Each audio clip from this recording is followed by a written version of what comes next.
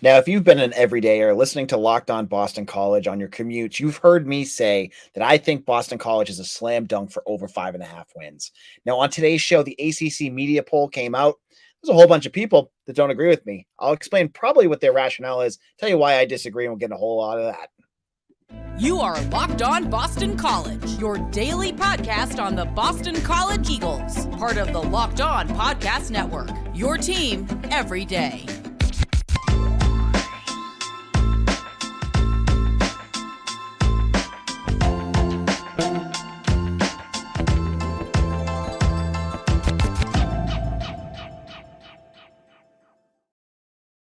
This is Locked On BC. AJ Black here. Happy Tuesday, everyone. We're getting into ACC media poll talk here as the writers and people who cover the conference gave out their votes for the conference, and I'll tell you where they have BC in.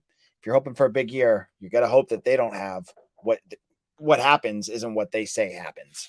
So last week, ACC media days, all the members that go voted. I told you I couldn't go because covering Boston College doesn't pay the bills to go fly to Charlotte, North Carolina. But people voted. And if you're a Boston College fan, you are probably used to always being near the bottom of the conference. It happens every time. I think I said this on an episode a couple of weeks ago. That just expect that the people from the quad, the four schools down in Tobacco Road and South Carolina, they're all going to take a big poop on BC. And that's exactly what happened with this poll. So let's pull it up. If you're on YouTube, you can see it right now. Oops, sorry, I have a little technical difficulty with my slides, but as you can see, well, you can't see it right now. BC is near the bottom of the country in terms of the conference, excuse me. They are only above Virginia. That is not a huge surprise if you saw a team last year. I think a lot of people have recency biases and they go in thinking this is going to be the same team as last year. So let's look at this poll as it's coming up on your screen. As I told you, we're having a little difficulty here. If you have any surprise here, Clemson and Florida State are the top. There you go. Now you can read it. Clemson, Florida State are the top. BC is so far behind Georgia Tech. It's kind of silly. And they're behind Virginia Tech and Syracuse too. So what are we seeing here? Why is Boston College so low? Well, if you are in the mind frame that Jeff Hafley isn't going to be able to fix things, maybe that you think that there are too many problems that were not addressed by the staff, then hey, this would be what you're thinking. This could be, you're saying to yourself, oh, Hafley last year showed me that there was issues, and the year before there were issues. Why would I trust him this year? And that honestly is a very reasonable thought. And I get that. I also seem to think that there is that not a lot of people pay attention to Boston College. Even if they call themselves ACC media, you get a lot of confusion about BC. And I don't blame them. They were a 3-9 program last year. But talking to some folks and, they're putting in, previews that have Jalen Gill playing for them and, covering the conference too. And they don't see the offensive line getting that much better, or they don't see that what would happen if that offensive line got better. So I get it. But I think this just kind of like, I don't even think of it just as like solely for this year. This is just like tale as old as time, like Beauty and the Beast, right? Where you're just seeing the same disrespect for BC. And honestly, you can't complain about it because they earned it. When you play a 3-9 season like you did last year, where you were bad, this is what happens. And as folks have said, they say it to me all the time when I'm reviewing these podcasts or writing on my site, show me on the field. Well, luckily, we're going to be able to see the field soon. Thursday, just 2 days, we will start covering practice at Boston College. Now, as I said, practice is only open to the media for 30 minutes. That's a lot of stretching and drills. You're not going to see a whole bunch of it. But we get to talk to the staff. We'll hear updates, all that good stuff. We're only a month away from the NIU kickoff. But back to the polls, because I said they're thinking Clemson, Florida State. Those are the top two. There are other people in the media, though, that do feel strongly about BC. There was a guy out there. He had 16,000 followers, and I forget what radio station he was on. He has BC as 9-3 this year. Pretty crazy. But I go back to some of the guys that know their stuff. And the CBS people, who are all part of the conglomerate that I work for at 247, Bud Elliott, Chip Patterson, and Tom Fornelli, they do their Great Cover 3 podcast, which if you've listened, you've heard Mitch on it, because I had Mitch do that for me. And they did their ACC win totals over and unders. And I only put 3 of them up, but all 4, including Danny Cannell, they all have BC at over 5.5 wins. That's the Vegas odds right now. If you were to go to FanDuel and try to bet on the over-under, which I think you can only do if you're not in the state of Massachusetts, every single person here picked BC to go over. Now, Tom Fornelli said, I have BC at 5.8 wins, which is technically over. I mean, it's a little bit of a, what do you call it? That's kind of a ridiculous way of looking at it. But you can see there's national people that think if BC goes 6 wins and you have Wake Forest, who seems to be the odds-on favorite to go under, then BC would probably top Wake Forest. And the same thing with Syracuse. Syracuse is 6.5 wins. If all 3 guys on my screen right now have Syracuse's under at 6.5, if BC goes over, they go under, there's a chance BC tops them too. Georgia Tech's not listed on here. Virginia Tech, I don't believe, is on any of these. So you're seeing, like, there's different people who have different perspectives. That's what's going to make this season a lot of fun, folks. I think there's a lot of potential. There's a lot of opportunities here for Boston College to shock some people. Now, there's the possibility that they don't do that? Absolutely. But I'm just saying, there's national people. Bud Elliott's one of the smartest guys I know. I love listening to his stuff. He's got BC going over 6 wins. So this is something worth watching. And I thought it was interesting as we really start to get into camp mode, because as I said, Thursday, we'll have our first camp, and then Friday we'll have more media coverage. Going to get the news cooking soon, folks. In terms of news too, in terms of BC football, Donovan Azaraku was named to the Nagurski Best Defensive Player Award watch list. I'm not a big fan, and I'm not going to do a whole section on watch lists because I think they're ridiculous. And a lot of times the ADs, SIDs, just nominate players, so it doesn't really even mean anything. But Donovan Azaraku was named. And then for the best offensive lineman at the Outland Trophy, Christian Mahogany was nominated for that. So just cool things to watch for. And I love talking football. So let's get into our second segment. We're going to get into recruiting, because we're back into a dead period again, but that doesn't mean that coaches can't contact recruits. It's a different period.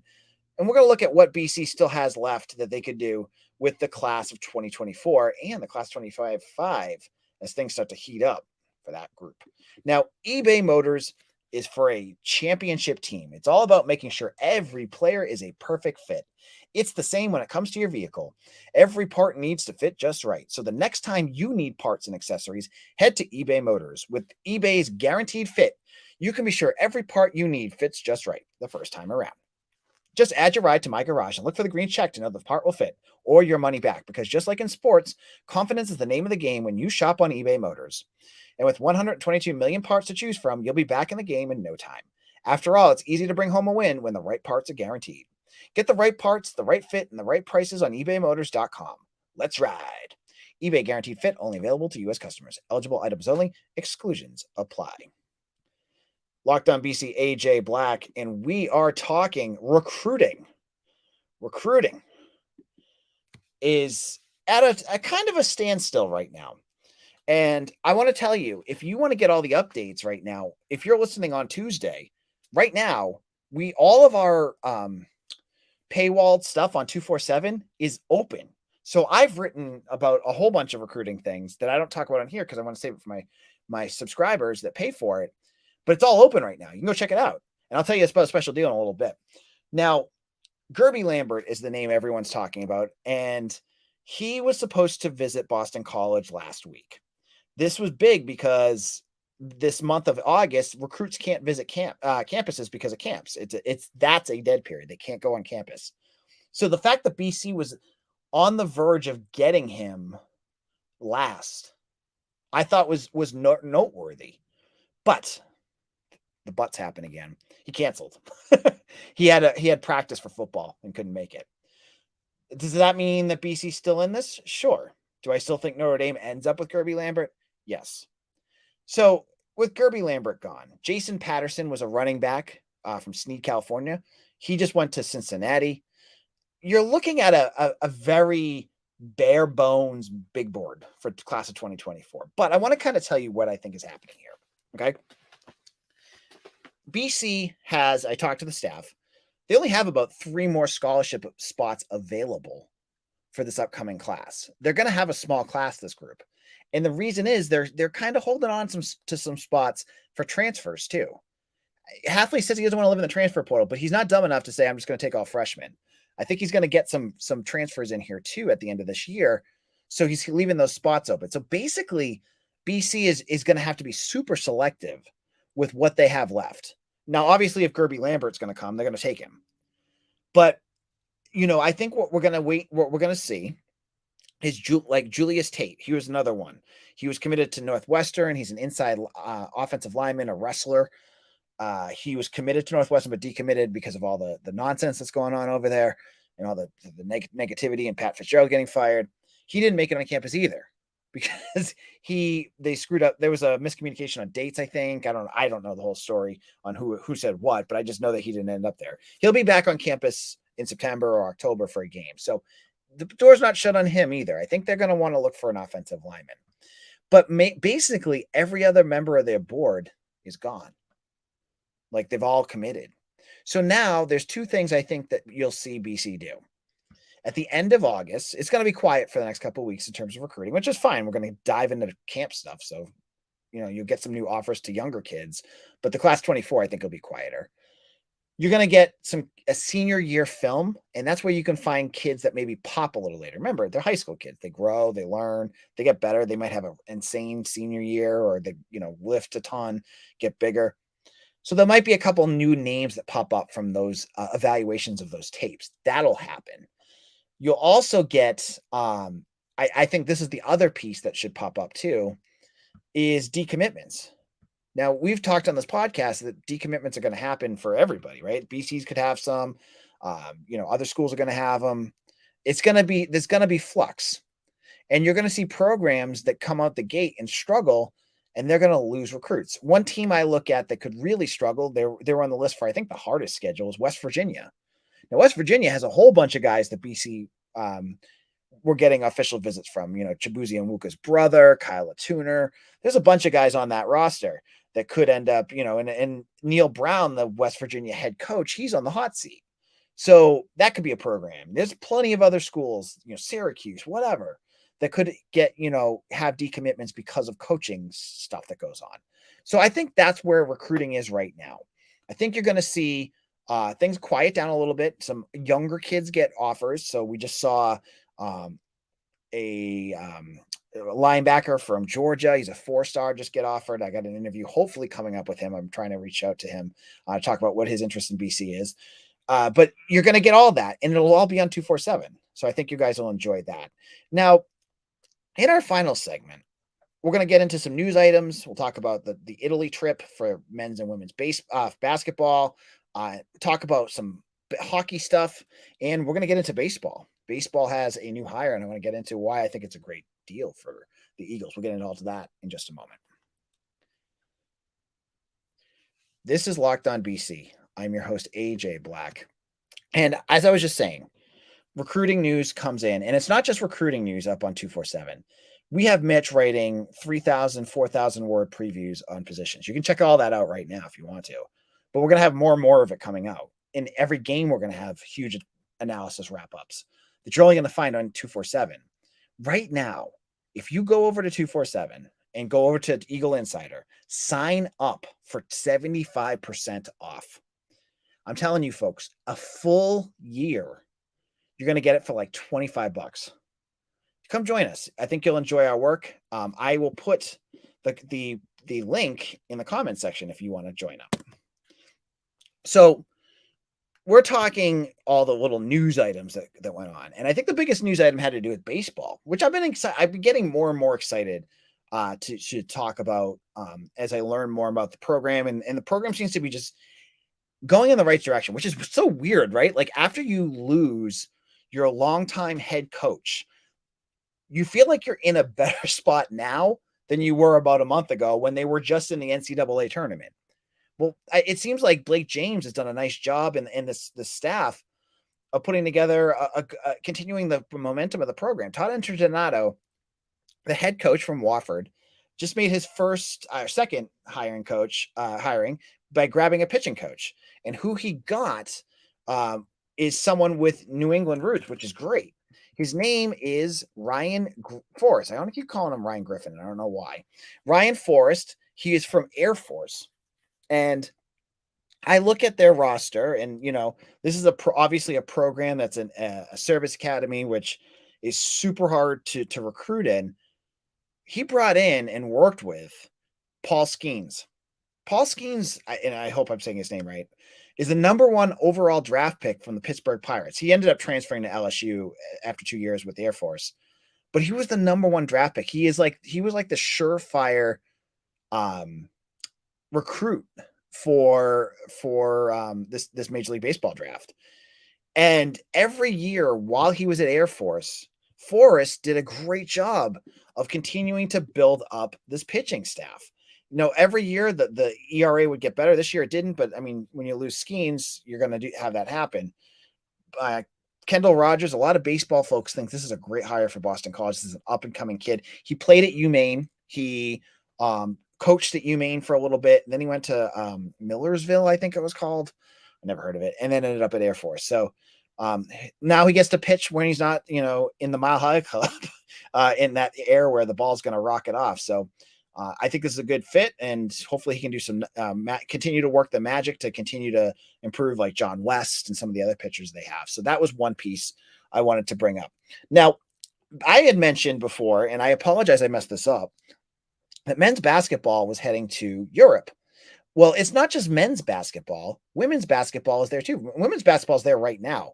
It looked like men's basketball was just doing sailing or rowing lessons with the rowing team 2 days ago. So it looks like the women's team gets a head start, but they're all out in Spain and Italy right now. So men, I believe, leave on the 3rd, and they're all going to be out there for a couple of weeks. I had mentioned that as something to watch for as well. Now, in terms of any other news items, hockey is pretty quiet right now. We haven't seen a ton of news items going on with that, other than we'll get into it later, but there is a group of kids coming for hockey that's going to make BC hockey really fun to watch. I think you're going to enjoy watching that. And I think that's where we're going to wrap things up. So, for our last couple of minutes, if you have any comments you want to say, you could put them in the comment section right now. Realist the Real says, I love the Cover 3 hosts podcast. I noticed all 4 of the hosts had BC on the over. I think what's his face? Phil Steele also had over 6 wins too for them. So yeah, he had them as one of their most improved teams. So again, you're gonna have to show it on the field. You have to show what they can do. Now, last thoughts. We're running out of time here. So if you want to follow me, you can follow me on Twitter at AJBlack247. You can also find me on Threads. I don't know. Do people still use Threads? I felt like it was like really big for like a day and a half. And now you can't even follow anything on it anymore. So I'm on Threads. I throw stuff up there all the time. It's Eagle Insider or BC Eagle Insider 247 and AJ Black 247, where I run 2 on there. You can find me there. If you are listening to this, one thing that helps a ton, hit subscribe button on YouTube or wherever you get your podcast and like this podcast. It does push us up algorithms. I love all the help that you guys are doing. And again, before I go, sign up to be an Eagle Insider on 247. I hope I see you all there. You have unlimited access to me. There's an Ask AJ Anything page that you can ask questions if you're wondering what's going on with this and I don't talk about it. I'll dig into it, or if I know things, I will let you know. The subscribers there, they'll all speak to why that's a good deal. So we'll be back again tomorrow as we have one more show before the start of camp. Thank you all so much. We'll see you all again soon. Take care.